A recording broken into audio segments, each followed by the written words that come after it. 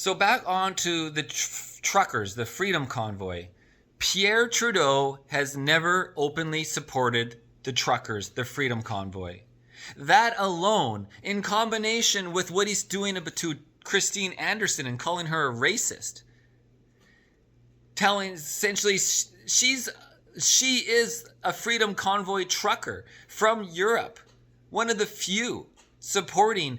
I'm a Freedom Convoy lover. I support the Freedom Convoy. I do not support our dictator Trudeau.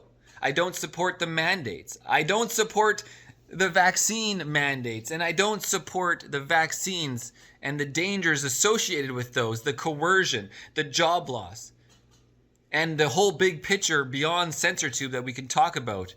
What these companies are doing, these big pharma, big government, how they work together. It's all about profits and control and the agenda and their reset with the World Economic and all that trickling down to the leaders that go and listen to them, like Macron in France. And then the riots are happening in France nonstop, but you don't see it because it's not on TV.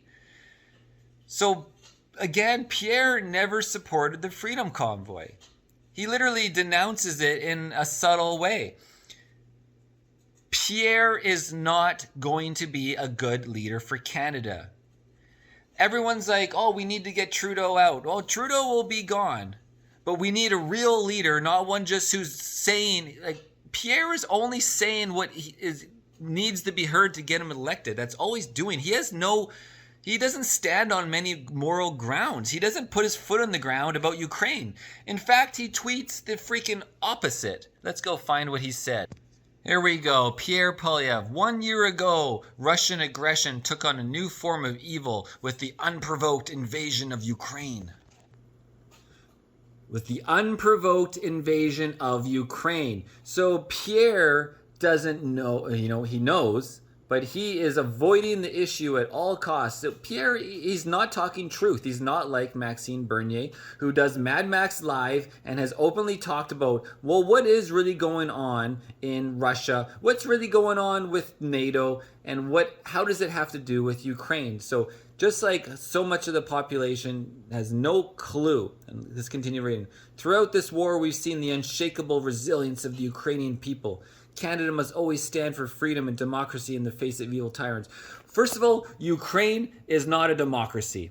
You have a puppet government. The U.S. is running a puppet Zelensky who has put his opposition in jail. Do you want to be in jail, Pierre? Because you would be in jail if you were in Ukraine and you were the opposition to Zelensky, okay? Get that through your head. He has censored all the media. If you speak out against Zelensky, you as a media station are disbanded. He has eliminated the opposition and the media. That is not a democracy. Oh, look what this is. Just as I was trying to find what I lost earlier about Pierre supporting Ukraine and how ridiculous it is. Here you have Pierre and his buddy Bill. Here's another one. Pierre Poilievre. Last night, I joined a rally held by Ottawa's Ukrainian community. We need to help Ukraine defend itself against Russia's unacceptable aggression. Again, it is not about Ukraine and Russia. It's a freaking proxy war, which is now becoming a direct war between USA, Biden, and Russia. Now, again, USA broke the treaty and is set up bases, weapons bases all along the Russian border. Now, everyone remembers the Cuban Missile Crisis is because, we don't want our enemy to have missiles set up in our backyard. You would not accept having China having missiles set up in Mexico. Now, would you, USA or Canada? So why would Putin accept NATO setting up missile bases along his borders? And why would you accept having biological research facilities in Ukraine so they can do gain-of-function research, which is illegal in the USA and Canada? And here we have Pierre again. I was so moved by President Zelensky's passionate speech to Parliament today. We need to back up our sympathy for Ukraine and with real action as the country fights for its freedoms against Russian aggression. Canada must be a leader in the world again. March 15th, 2022. Little fucking bitch, that guy. All right, let's see it. Response to President Zelensky's speech. Russian invasion of Ukraine is illegal and immoral. Russian President Vladimir Putin has violated every one of the West's shared democratic principles, and the world must respond with strength. Freaking Ukraine is the most corrupt country in the world. Stop being a bitch, Pierre. Jesus, you're such a bitch. Prior to 2016, under the leadership of Prime Minister Stephen Harper, we made support for Ukraine cornerstones of Canada foreign policy. We responded forcefully to the fact that Russian annexation of Crimea and worked to exclude Putin from the G8. Oh my God, you're doing so much, Pierre. Again, in 2014, there was a nationalist coup. So Ukraine has, in 2013 and 14, were having their own freedom convoy. They're having their own rallies and protests because shit was gone wild. And I have a friend, Alex, who was from Ukraine, visiting, and he was my filmer in the USA, and I was teaching rider training to him and Lona, if any of you guys remember in the past.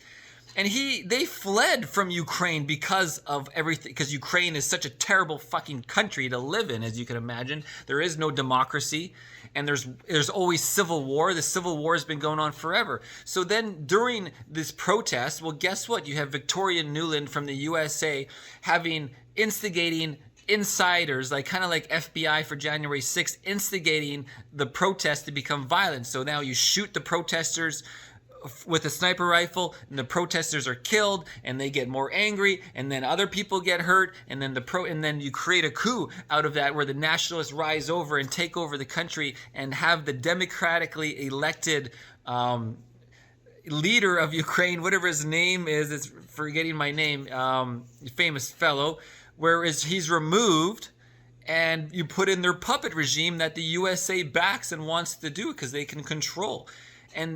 And since then, Ukraine military has been bombing Donbass, murdering over 10,000 civilians in the Donbass region. And the Donbass region is asking for help. They want to be independent of Ukraine because they're being slaughtered by Ukraine military. And they ask Putin to help them with their independence.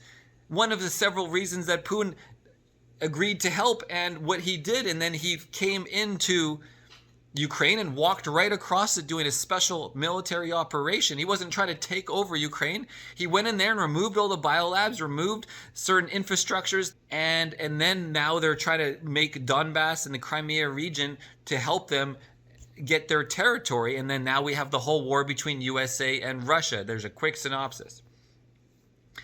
Again, this whole war is instigated from 2014, from the nationalist coup instigated by Victoria Nuland and those in the USA. How are you? What appears to be a hacked phone conversation between top US officials about Ukraine, in which the EU is dismissed in crude terms, has been posted on the internet. The comments are attributed to the US Assistant Secretary of State Karen Nuland, who met President Yanukovych and opposition leaders separately in Kiev on Thursday. The date and precise context of the recording are not known. Nuland and the US ambassador to Ukraine, Jeffrey Pyatt, discuss which of the country's opposition leaders they'd like to see in government, and they refer to getting the UN involved. So that would be great, I think, to help glue this thing and have the UN help glue it. And, the EU. No, exactly. And I think we've got to do something to make it stick together, because you can be pretty sure that if it does start to gain altitude, the Russians will be working behind the scenes to try to torpedo it. And nobody understands what was going on. Nobody understands that there was massive protests and civil unrest and civil war going on in Ukraine for so long before this.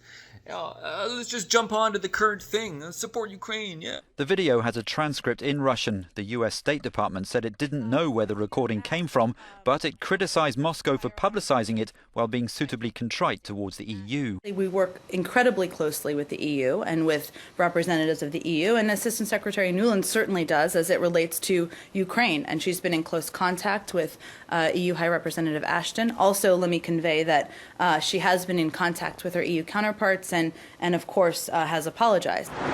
A spokeswoman for the EU Foreign Policy Chief told Euronews that Brussels wouldn't comment on a leaked alleged phone conversation. The video clearly aims to embarrass the US, echoing Moscow's accusations that the West is meddling in Ukraine. Anyways, to finish off this thing, Canada must continue to stand with our NATO allies and use every diplomatic and financial tool available to bring an end to this war. Well, there's his inflationary spending. He just said it right there. Yet at the same time, he's trying to stop the Trudeau inflation, the just inflation. So which way is it, Pierre? Hopefully I'm giving some information to all these conservative voters. You know, it's like, I understand you vote conservative to get out Trudeau, and Pierre does a lot of good speeches and he's doing lots of good in Parliament, but his underlining values are very much aligned with Trudeau, with the whoa, I gotta be careful what I say in CensorTube. What are we talking about? Blah blah blah blah. With talking about these subjects, and he is not bringing out the problems, the terribleness about COVID, the terribleness about the vaccines. He's not talking about any of this, but Maxime Bernier is with the People's Party of Canada, and he does live question and answer about it every week or bi-weekly. All right, guys. Oh, and so I'm going to show you, I'll show you the footage from Rebel News interviewing Christine Anderson now, so you can see her side of the story to this tweet from Pierre or the Conservatives denouncing her, okay? Anyone doing the bidding of Mr. Trudeau and buying into the narrative of, representing me in a way that, as Mr. Trudeau would put it or would call it, unacceptable views, just goes to show that apparently he is someone that truly lacks the ability to see what's right in front of him and to see what is really important. And he may no longer be fit to actually represent the people.